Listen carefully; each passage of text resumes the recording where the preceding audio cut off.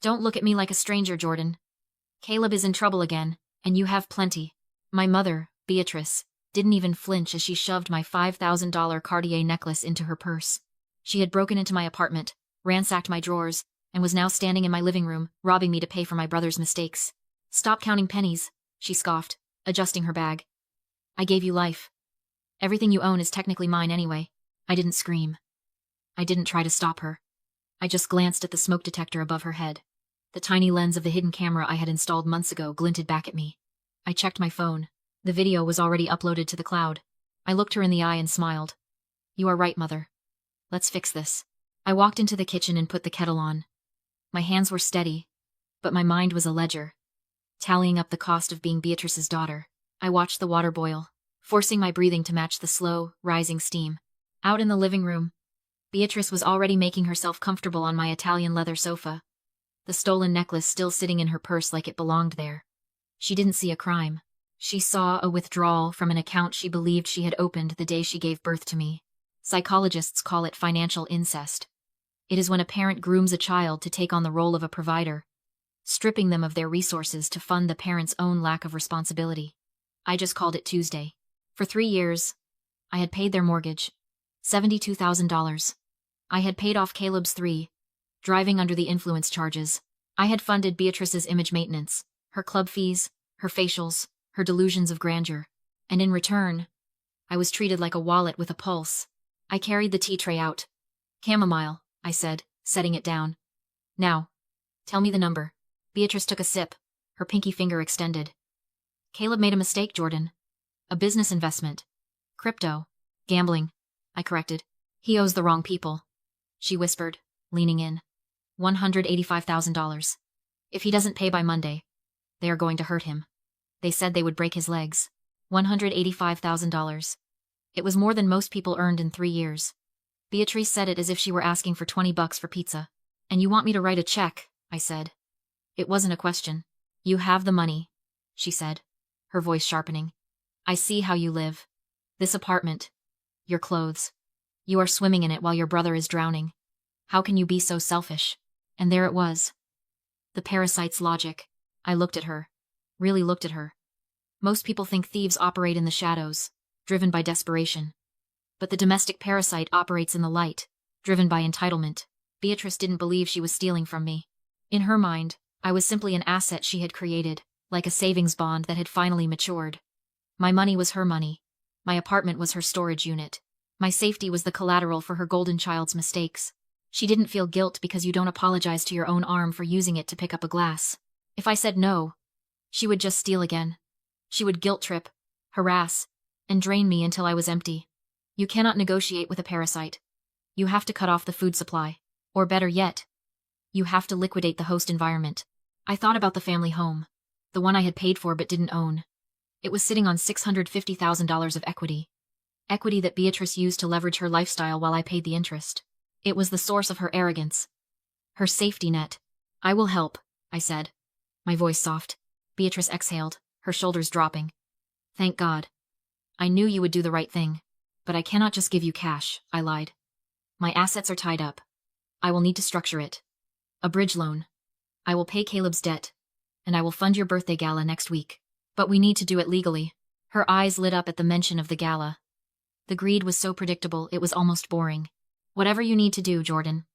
Just fix it. I smiled. I will fix it, Mother. I promise. She drank her tea, thinking she had won. She had no idea that she had just authorized her own eviction. The next morning, I drove to my office in the financial district.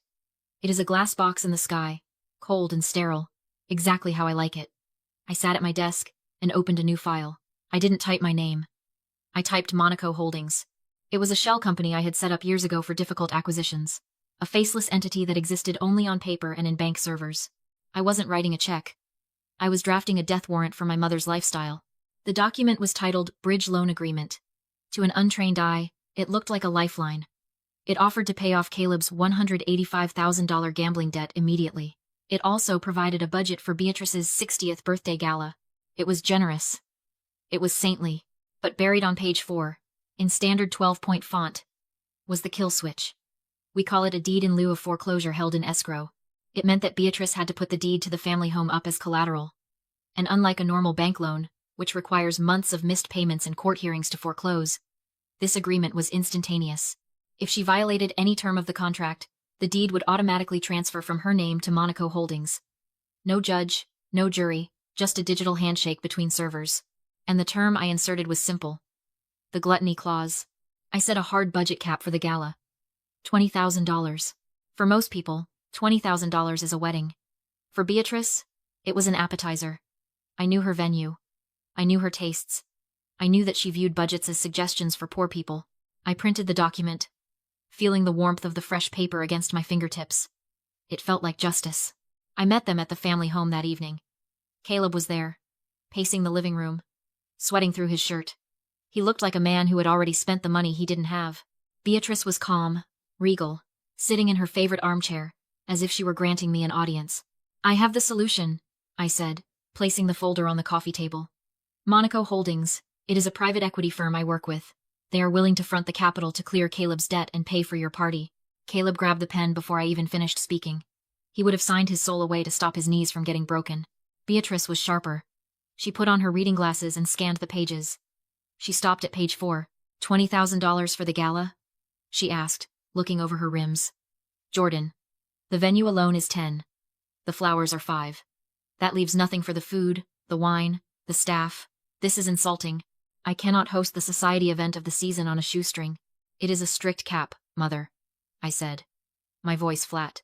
The investors are firm. If you spend 1 penny over 20,000, you default on the loan. And if you default, they take the house. She laughed. It was a dry, dismissive sound. They take the house? Over a few shrimp? That is ridiculous. Those are the terms, I said. Take it or leave it. I watched her mind work. I could see the gears turning behind her eyes. This is the gluttony clause in action.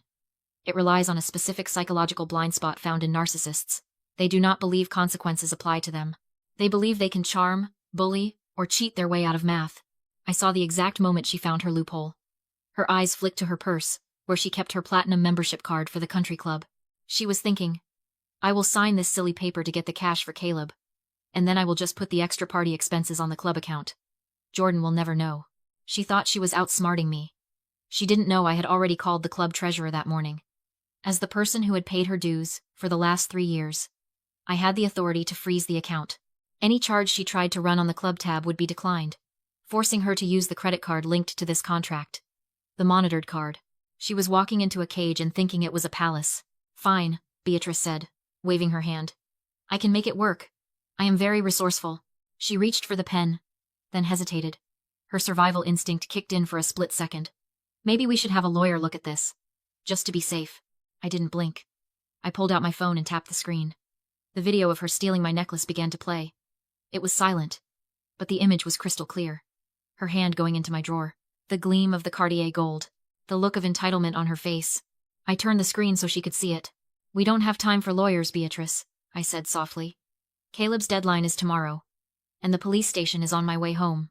The color drained from her face. The arrogance vanished, replaced by the raw fear of a woman who realizes her reputation is hanging by a thread. She looked at Caleb, pathetic and shaking. She looked at the video, evidence of her crime, and she looked at the contract. Her only way out. She signed. She pressed the pen down so hard it nearly tore the paper. She thought she was saving her son and her party. She didn't realize she had just signed her eviction notice. Good, I said, sliding the papers back into the folder. Enjoy your party, Mother. I have a feeling it will be unforgettable. The night of the gala. The Ritz-Carlton ballroom smelled like white orchids and old money. It was the kind of scent that makes you instinctively straighten your posture and check your bank balance. I stood near the service entrance, watching the guests arrive. They were the elite of the city, or at least the people who desperately wanted to be seen as the elite. They wore rented tuxedos and gowns that cost more than my first car. And at the center of it all, somewhere in the VIP green room, was Beatrice. She wasn't just attending a party. She was performing a coronation. I wasn't drinking. I wasn't socializing. I was staring at my phone. On the screen was a live dashboard connected to the event planner's billing system. Every time Beatrice ordered something, every time she snapped her fingers for more, it appeared on my screen in real time. The budget cap was $20,000. The venue rental had already eaten $10,000. The flowers took another $5,000. She had $5,000 of wiggle room before she homelessed herself. Most people would be nervous. They would be praying their mother exercised restraint. I was praying for the opposite. I was banking on the one thing I knew Beatrice couldn't resist: an audience. Ping. The first notification rolled in at 7:30. Additional item: imported white truffle risotto. Cost: $2,500. I did the math. She was at $17,500. She was skating on thin ice, and she was doing pirouettes. I imagined her in the green room, looking in the mirror, telling herself she deserved this. She had probably convinced herself that the contract was just a formality, a piece of paper I used to scare her that held no real weight in the face of her social standing. Narcissists always believe they are the exception to the rule. Ping. Additional item: branded ice sculpture. Cost: $1,500. $19,000. She was $1,000 away from the edge. I checked my other app. It was an automated escrow bot I had programmed weeks ago. It was linked to the deed transfer system.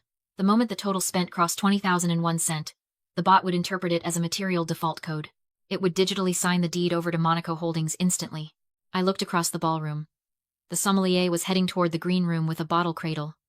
My heart rate didn't spike. It steadied. I knew that walk. I knew that bottle. Beatrice couldn't just drink wine. She had to drink history. She had to drink something that would make the other socialites whisper. Ping. Additional item: 1982 Chateau Margaux. Cost: $10,000. The total hit $29,000. The screen flashed red, then green. Status: covenant breached. Action: escrow released. Title transfer complete. I didn't smile. I just switched tabs to my secure email. There was a draft waiting, addressed to a property developer I had been negotiating with for a month. He was a shark who wanted the land for a teardown. We had a pre-signed wholesale agreement, pending only my acquisition of the title. I attached the new deed and hit send. 3 minutes later, a wire confirmation appeared. Incoming: $450,000. It was over. The house no longer belonged to Beatrice or to me. I had flipped it to a developer who would demolish it within weeks. The equity she had held over my head for decades was now sitting in my offshore account. She had literally drunk her own roof. I slipped my phone away and walked to the VIP suite. The people I once feared looked small now. Behind the oak door, Beatrice was laughing, still convinced she owned the world. I knocked. She stood at the mirror, holding a glass of vintage Chateau Margaux, like a crown. Glowing. Victorious. I locked the door. The click cut through the music. "What are you doing?" She frowned. "There will be no speeches for you tonight," I said calmly. I placed a thin folder on the vanity. "Open it." The first page was the credit card charge she'd approved minutes earlier, $10,000 for wine. "So?" She scoffed. Next page. Notice of default. Covenant breach. Irrevocable. "You exceeded the spending cap," I said. "You triggered the clause." She laughed until she turned the final page. Transfer of title. Her house. Gone. Sold to Ironwood Development. "You sold my house?" she whispered. "I sold mine," I corrected. "The wire cleared 10 minutes ago. The locks are being changed as we speak." Her glass slipped from her hand, shattering on the floor. "I'll call Caleb," she gasped. I showed her my phone. Mom lost the house. I sold it. Don't ask me for money. Caleb. Don't drag me into this. Losing my number. Something in her broke. I'm homeless. She whispered. Yes, I said. There was a knock. 5 minutes to cake cutting. She panicked. Begged. I handed her a small white box. Inside. A one-way economy ticket to Ohio. An Uber voucher. The only roof available to you, I said. I unlocked the door. She walked out to applause, smiling for a life that no longer existed. I left through the service exit. Cold air. Clean. My banking app refreshed. $450,000. Not theft. A refund. At the airport. I deleted her contact. Then Caleb's. On the plane to Monaco, I shut my phone off. You can fire family. You can liquidate emotional debt. You can reinvest in yourself. The plane lifted. I was alone. I was wealthy. And for the first time, I was free.